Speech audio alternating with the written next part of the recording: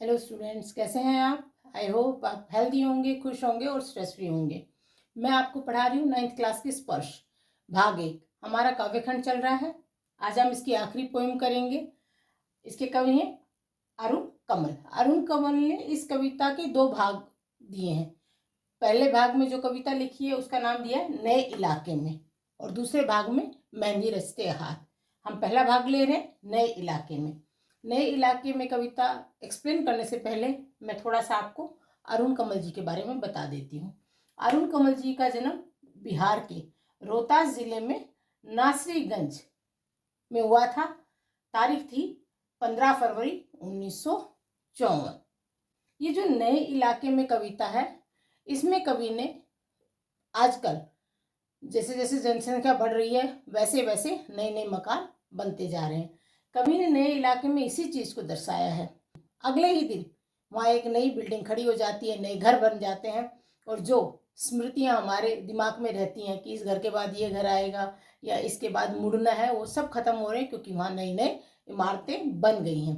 कवि भी एक ऐसी जगह का वर्णन कर रहा है जहाँ वो रहता था, और जब वो वहाँ जाता है तो उसको वो घर नहीं मिलता है। कवि इसके जरिए ये भी बताना चाहता है कि कुछ भी स्थायी नहीं है। संसार में कोई भी चीज़ स्थायी नहीं है, उसमें परिवर्तन होता रहता है। अब 2 तरीके से इस बात को समझाया गया है। एक तो जनसंख्या बढ़ने के कारण किस तरह जमीनों के ऊपर कंक्रीट की इमारतें बन रही हैं, और दूसरी तरफ कवि ये बताना चाहता है कि जीवन में कुछ भी स्थायी नहीं है, कुछ भी परमानेंट नहीं है। सब कुछ अस्थायी है और परिवर्तनशील है। चलिए मैं आपको एक्सप्लेन करती हूँ नए इलाके में। इन नए बसते इलाकों में जहाँ रोज बन रहे हैं नए नए मकान। इलाकों मतलब क्षेत्र, मकान मतलब घर, रोज मतलब हर दिन। कभी क्या कह रहा है कि इन नए जो क्षेत्र है वहाँ नए नए घर बसते जा रहे हैं, कि हर रोज यहाँ पे नए नए मकान या घर बन रहे हैं। जो ये क्षेत्र है इनमें हर रोज नए मकान बन रहे हैं और नया क्षेत्र विकसित हो रहा है।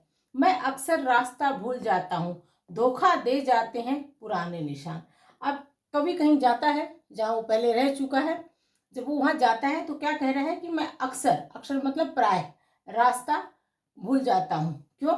जो मैंने पुराने निशान बना रखे थे वहाँ पहुँचने के, वो मुझे धोखा दे जाते हैं। मतलब वो निशान अब वहाँ पे नहीं है, वहाँ परिवर्तन आ चुका है। खोजता हूँ पीपल का पेड़, खोजता हूँ ढहा हुआ घर। अब उसके निशान क्या थे वहाँ पहुँचने के? एक पीपल का पेड़ था और एक ढहा हुआ मतलब गिरा हुआ मकान था। कह रहे कि जब मैं वहाँ पहुँचना चाहता हूँ और जो पुराने निशान थे जहाँ पे एक पीपल का पेड़ होता था और एक ढहा हुआ घर होता था, मैं वो निशान वहाँ खोज रहा हूँ, लेकिन वो निशान कवि को वहाँ पर नहीं मिल रहे हैं। पीपल का पेड़ कट चुका है और जो मकान ढह चुका था वहाँ एक नया मकान बन चुका है। और जमीन का खाली टुकड़ा जहाँ से बाएं मुड़ना था मुझे, फिर 2 मकान बाद बिना रंग वाले लोहे के फाटक का घर था 1 मंजिला। अब कवि क्या कह रहे हैं कि वहाँ एक जमीन का खाली टुकड़ा पड़ा था। कहाँ? जहाँ बाएं से मुझे मुड़ना था। कि एक कवि ने एक निशान बना रखा था कि जहाँ खाली जमीन का टुकड़ा था वहाँ उनको बाएं मुड़ना था उस घर में जाने के लिए। लेकिन जो खाली टुकड़ा पड़ा था उस पर अब घर बन चुका है, और कभी भूल जाता है कि अब उन्हें कहाँ से मुड़ना है। फिर 2 मकान बाद, और खाली टुकड़े के बाद 2 मकान आ रहे थे, और उसके जो 2 मकान के बाद क्या था? बिना रंग वाला लोहे का फाटक का एक मंजिला घर था। 1 मंजिला घर था जिसका फाटक कैसे था? लोहे का था और उस पर रोगन नहीं हो रखा था। तो ये निशान थे कवि के घर पहुंचने के, उनकी स्मृतियों में। लेकिन ये सब चीज़ें बदल चुकी थी। ना तो उनको खाली प्लॉट मिला, ना ही उनको 2 मंजिला मकान मिला, और ना ही उसके बाद जो एक घर था जो 1 मंजिला था और जिसका फाटक लोहे का था और उस पर रंग नहीं था, वो भी अब वहाँ से हट चुका था, टूट चुका था। चलिए आगे बढ़ते हैं। और मैं हर बार एक घर पीछे चल देता हूँ। हर बार मतलब अक्सर मैं एक घर पीछे चल देता हूँ। उनको एक घर आगे जाना होता है लेकिन उसके पीछे हो जाते हैं, या 2 घर आगे ठकमकाता आगे बढ़ जाना। या मैं क्या करता हूँ, या तो मैं एक घर पीछे छोड़ देता हूँ या मैं 2 घर आगे बढ़ जाता हूँ। एग्जैक्ट जगह जो सचमुच जगह है वहाँ पे मैं नहीं पहुँच पाता हूँ। यहाँ रोज कुछ बन रहा है, रोज मतलब प्रतिदिन कुछ बन रहा है, मतलब जो पुराने खाली प्लॉट है वहाँ नया घर बन गया है, या जो पुराने घर है उनको तोड़कर नया घर बना दिया गया। रोज कुछ घट रहा है, मतलब रोज कुछ न कुछ हो ही रहा है, बनता ही जा रहा है। यहाँ स्मृति का भरोसा नहीं। स्मृति मतलब यादें, जो कवि ने चिन्ह बना रखे थे घर पहुंचने के, कहते हैं कि उन स्मृतियों पर अब मैं भरोसा नहीं कर सकता, क्योंकि जो स्मृतियां थी, जो यादें थी कि कहाँ मुझे जाना था, वो सब बदल चुका है। वहाँ नए नए घर बन चुके हैं, खाली प्लॉट पे घर बन गए हैं, पुराने घर तोड़कर नए घर बना दिए गए हैं। चलिए आगे बढ़ते हैं। चलिए लास्ट स्टेजा करते हैं। एक ही दिन में पुरानी पड़ जाती है दुनिया। अब कवि क्या कह रहे हैं, दुनिया मतलब संसार, ठीक है, पुराना मतलब चेंज हो जाना। कह रहे हैं कि एक ही दिन में जो ये संसार है ये पुराना पड़ जाता है, क्योंकि नित्य रोज नई नई चीजें हो रही हैं, नए नए मकान बन रहे हैं, तो ऐसे लगता है कि दुनिया पुरानी पड़ गई है। अगले ही दिन नया मकान बन जाता है, तो ऐसे लगता है कि कल की जो दुनिया थी वो पुरानी हो गई है। जैसे बसंत का गया पतझड़ को लौटा, जैसे बैसाख का गया भादों को लौटा। और ये परिवर्तन कवि को कैसा लग रहा है, इतना बड़ा लग रहा है कि ऐसे लग रहा है जैसे मैं बसंत में गया था और पतझड़ को लौटा हूँ, और जैसे मैं बैसाख में गया था और भादों को लौटा हूँ। इतना ज्यादा परिवर्तन कवि को दिखाई दे रहा है। अब यही है उपाय कि हर दरवाजा खटखटाओ। अब उपाय मतलब तरीका।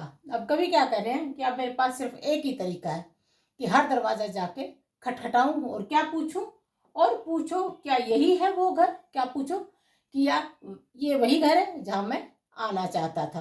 अर्थात कवि को पुराना घर नहीं मिल रहा है जहां वो जाना चाहते थे। वो कह रहे हैं कि दुनिया प्रतिदिन बदल रही है, और उनको ये परिवर्तन इतना ज्यादा लग रहा है कि जैसे मैं बसंत को गया था और पतझड़ में लौटा हूँ, और बैसाख में गया था और भादों को लौटा हूँ। अब कवि को कुछ समझ में नहीं आ रहा है। वो सोच रहा है बस अब मेरे पास एक ही तरीका है, और हर दरवाजा जाके मैं खटखटाऊं और लोगों से पूछूं क्या यही वह घर है जहां मैं आना चाहता था। आगे चलते हैं। समय बहुत कम है तुम्हारे पास, आ चला पानी ढहा आ रहा आकाश। अब कवि शाम हो चुकी है, घर ढूंढते ढूंढते कवि को घर नहीं मिल रहा है।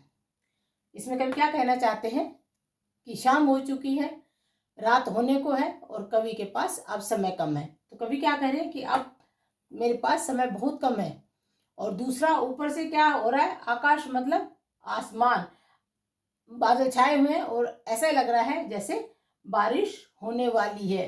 आ चला पानी ढहा आ रहा आकाश, जैसे अभी बारिश होगी। तो कह रहे अब मेरे पास समय बहुत कम है और रात होने को है, और ऊपर से ऐसा लग रहा है कि जैसे बारिश होगी, आकाश से पानी आएगा। शायद पुकार ले कोई पहचाना ऊपर से देखकर। अब कवि ने हथियार डाल दिए। कवि को घर नहीं मिल रहा है, और कवि क्या कह रहा है कि अब तो एक ही उपाय है कि कोई ऊपर से मतलब छत से कोई जाना पहचाना लोग, जाना पहचाना कोई आदमी उनको देख ले और पहचान ले और आवाज दे के बुला ले। चलिए स्टूडेंट्स, ये आपका जो कविता थी नए इलाके में खत्म होती है। इसका दूसरा जो भाग है मेहंदी रचते हाथ, वो मैं दूसरा एक अलग से वीडियो बनाऊंगी, इसी में डालूंगी तो बड़ा हो जाएगा। अपना ख्याल रखिए, खुश रहिए, स्वस्थ रहिए, स्ट्रेस फ्री रहिए और सदा मुस्कुराते रहिए। Bye bye.